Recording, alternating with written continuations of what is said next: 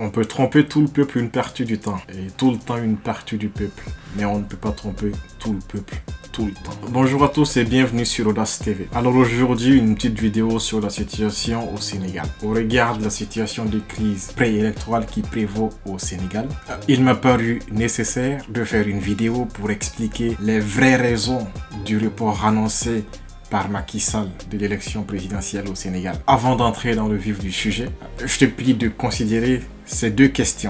La première, Macky Sall se serait-il montré aussi favorable, aussi ouvert à l'idée du report si lui-même avait réussi à se porter candidat au scrutin? La réponse à cette question, vous vous en doutez bien, est bien évidemment non. Une réponse négative. Il n'y a aucun doute possible là-dessus. Le scrutin se serait tenu dans le délai constitutionnel. Mais hélas, l'idée de se maintenir au pouvoir, de s'accrocher au pouvoir, de prolonger son mandat au-delà de son terme constitutionnel le plaît bien. D'autant plus que cela lui permet d'assouvir un tant soit peu sa boulimie du pouvoir. Deuxième question digne d'intérêt qui concerne Karim Wade et le PDS. Karim Wade a-t-il déposé un dossier de candidature au complet le 24 décembre 2023? Sinon, ce qui est très certainement le cas, Karim Wade a-t-il réussi à procéder à la régularisation de son dossier de candidature auprès du Conseil constitutionnel?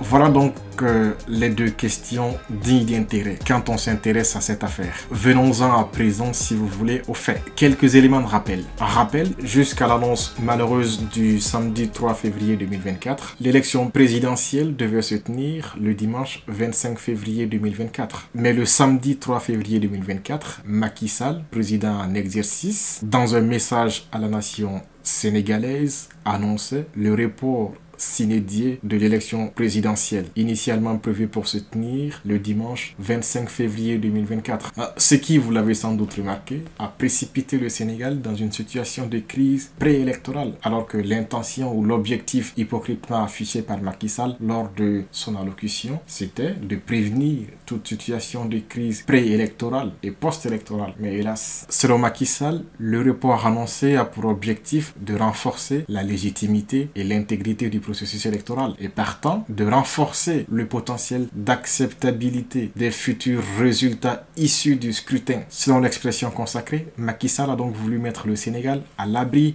d'une crise post-électorale, alors même qu'aucun élément factuel, sérieux, ni crédible ne rendait plausible, ni même vraisemblable l'éventualité d'une crise post-électorale, dans la mesure où les candidats sérieux, j'entends ceux dont les chances de remporter le scrutin sont très élevées, ne sont pas du tout concernés par ces histoires ou ces affaires de corruption alléguées par le PDS pour saboter le processus électoral. Macky Sall invoque au soutien du report annoncé une crise institutionnelle ouverte entre l'Assemblée nationale d'une part et le Conseil constitutionnel d'autre part. Une crise institutionnelle qui serait née suite à une affaire de corruption qui pèse sur 2 juges sur 5. 2 juges constitutionnels donc j'entends. Aussi invoque-t-il au soutien du report annoncé la validation malheureuse de la candidature d'une candidate malgré la binationalité de celle-ci. Il est important de souligner que la candidate en question, à savoir Madame Rose Wardini, dont la candidature a tout l'air d'une candidature folklorique, n'a aucune chance de remporter le scrutin au soir du dimanche 25 février 2024. Et ça, aussi bien Macky Sall que le PDS et vous et moi le savons très bien. Parce qu'à côté de cette candidature folklorique, vous avez des candidatures plus sérieuses, comme celle de Bassirou Diomaye Faye de l'ex-PASTEF, ou celle de l'ex-maire de Dakar,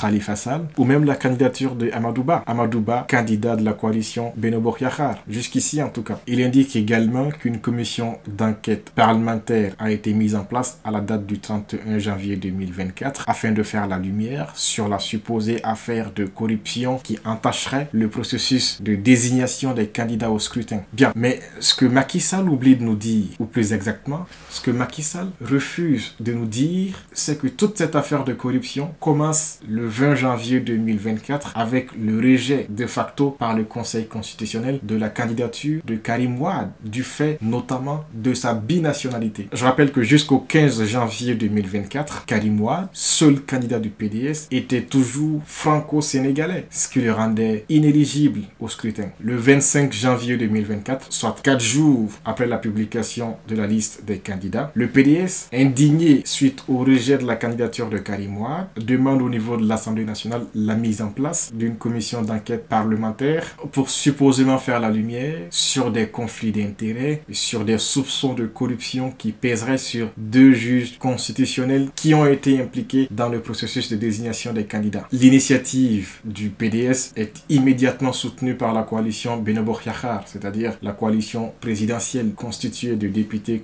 qui obéissent à Macky Sall au doigt et à l'œil. La commission est mise en place donc le 31 janvier 2024, comme il l'a indiqué dans son allocution. Se sentant soutenu par la coalition Benno Bokk Yakaar dans sa tentative de sabotage du processus électoral, le PDS ne se contente pas de cette initiative de création ou de mise en place d'une commission d'enquête parlementaire, puisque le 2 février 2024, le PDS va, à la suite de la mise en place de la commission, introduire une proposition de loi visant à reporter le scrutin présidentiel. La seule et unique motivation de l'introduction de cette proposition de loi visant à reporter l'élection présidentielle tient au fait que le dossier de candidature de Karim Wade, qui n'est toujours pas de retour au Sénégal, a été jugé irrécevable par le Conseil constitutionnel du fait de sa binationalité. Malheureusement pour le Sénégal, Karim Wade n'était pas le seul candidat dans cette situation de binationalité, puisque Rose Wardini était concernée par cette situation. Mais contrairement à Wade fils, dont la candidature a été recalée, le nom de Rose Wardini apparaît bien sur la liste arrêtée par le Conseil constitutionnel. De quoi mettre de l'eau, et beaucoup d'eau, dans le moulin du PDS. Il me semble que Rose Wardini est encore en situation de détention, ou en tout cas placé en garde à vue. Donc, de manière objective, c'est le rejet de la candidature de Karim Wade et la validation malheureuse par le Conseil constitutionnel de la candidature de Rose Wardini, qui sont à l'origine du report annoncé de l'élection présidentielle au Sénégal. Mais en réalité, le PDS n'a que faire de la candidature folklorique de Rose Wardini. Il entend tout simplement se servir de cette situation pour mieux se mettre au service du clan Wade du PDS, au lieu de se montrer à la hauteur des enjeux du moment et désigner de manière anticipée, là c'est trop tard peut-être, une autre candidate ou un autre candidat issu des rangs du PDS à même de représenter le PDS en cas de rejet de la candidature de Karim Wade, qui, pour rappel, a traîné les pas. Dans toute cette affaire, il faut reconnaître que le PDS a eu de l'audace. Le PDS a eu beaucoup de zèle. Et tout ça parce que le PDS s'est senti fort, parce que le PDS a été soutenu, parce que le PDS a été encouragé par la coalition Benno Bokk Yakaar. On peut donc dire que la coalition Benno Bokk Yakaar a aidé le PDS, a assisté le PDS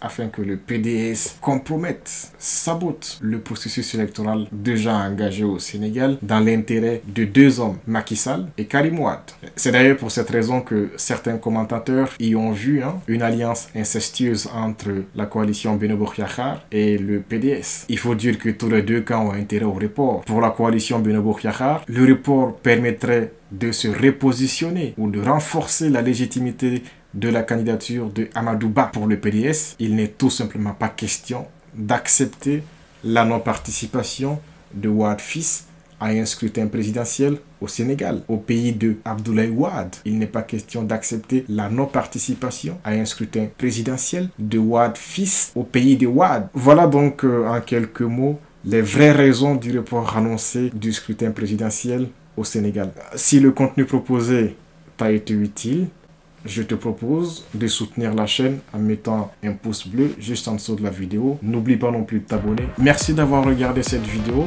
C'est tout pour cet épisode. À très vite sur Audace TV.